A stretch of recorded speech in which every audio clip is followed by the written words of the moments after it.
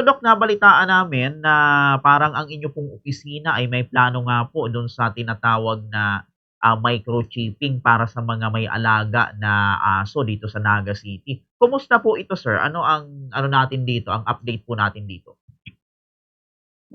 Bale po yung update dito is waiting na lang kami na makapag-procure nung microchip. The same time yung pag turo sa amin nung paggamit ng centralized database management system for pet. So lahat ng data na magko-collect namin is lahat na through mobile phones. So iniiwasan na namin na magkaroon ng mga paper trails.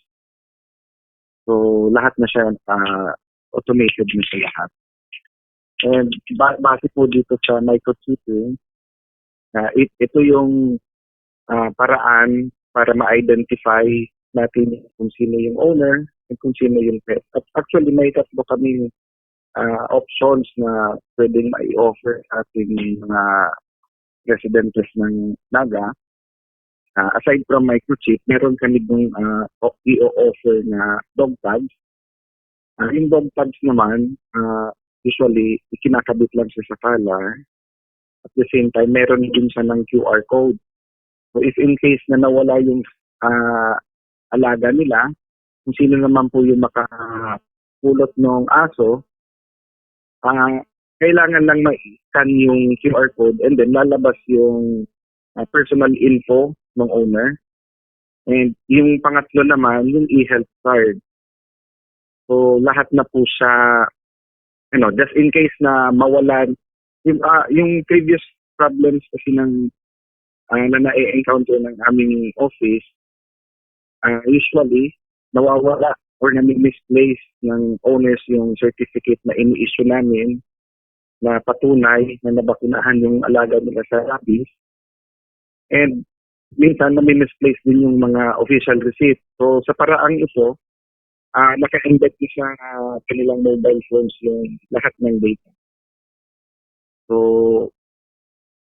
all in all, mariresolve natin yung problems or difficulties na na-encounter ng pet owners, especially doon sa, usually kasi yung rabies vaccination, nire-require namin doon sa pag-avail nila ng free services. Free services tungkol sa castration at sa staying na i-open namin ngayong 2026.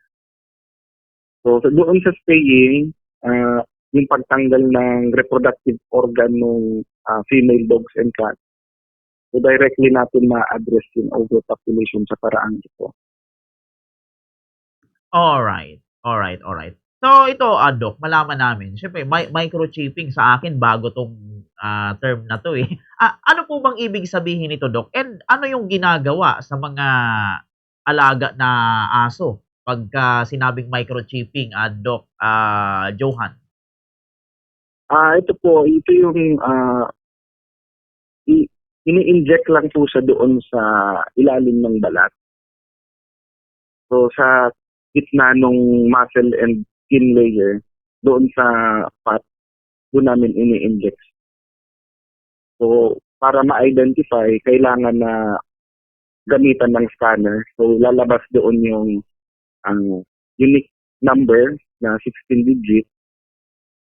So with regards to traceability, i-input lang namin yung number na yon and ma-filter out ng system.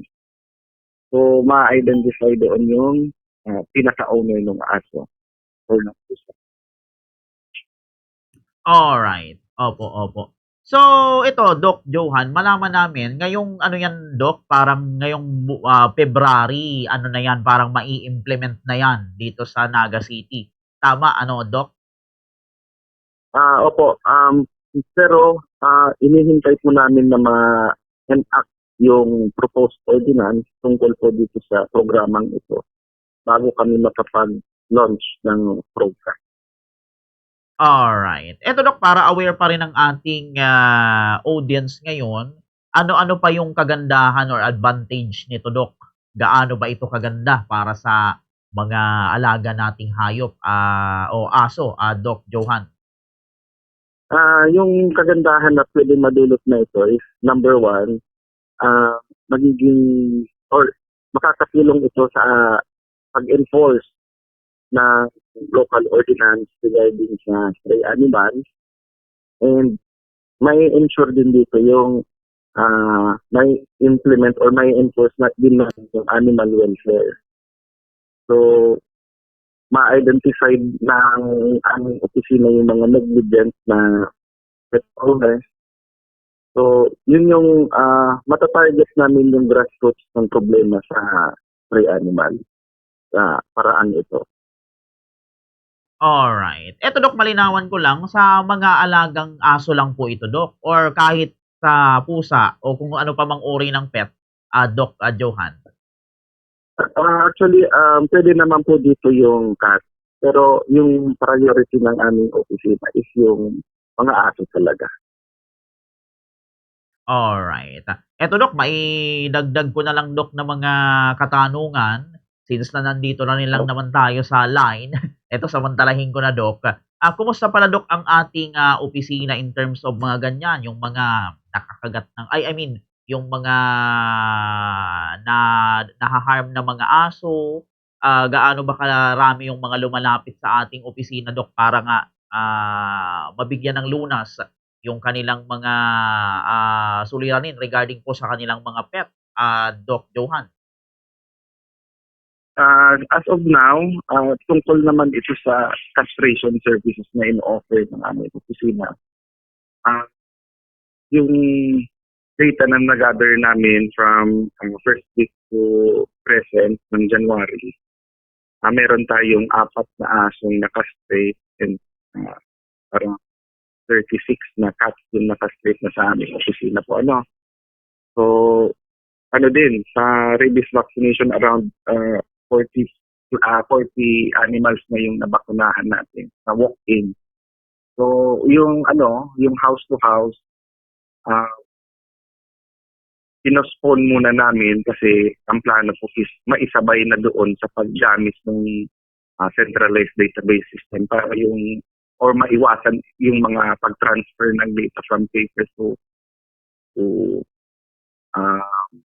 automated na system.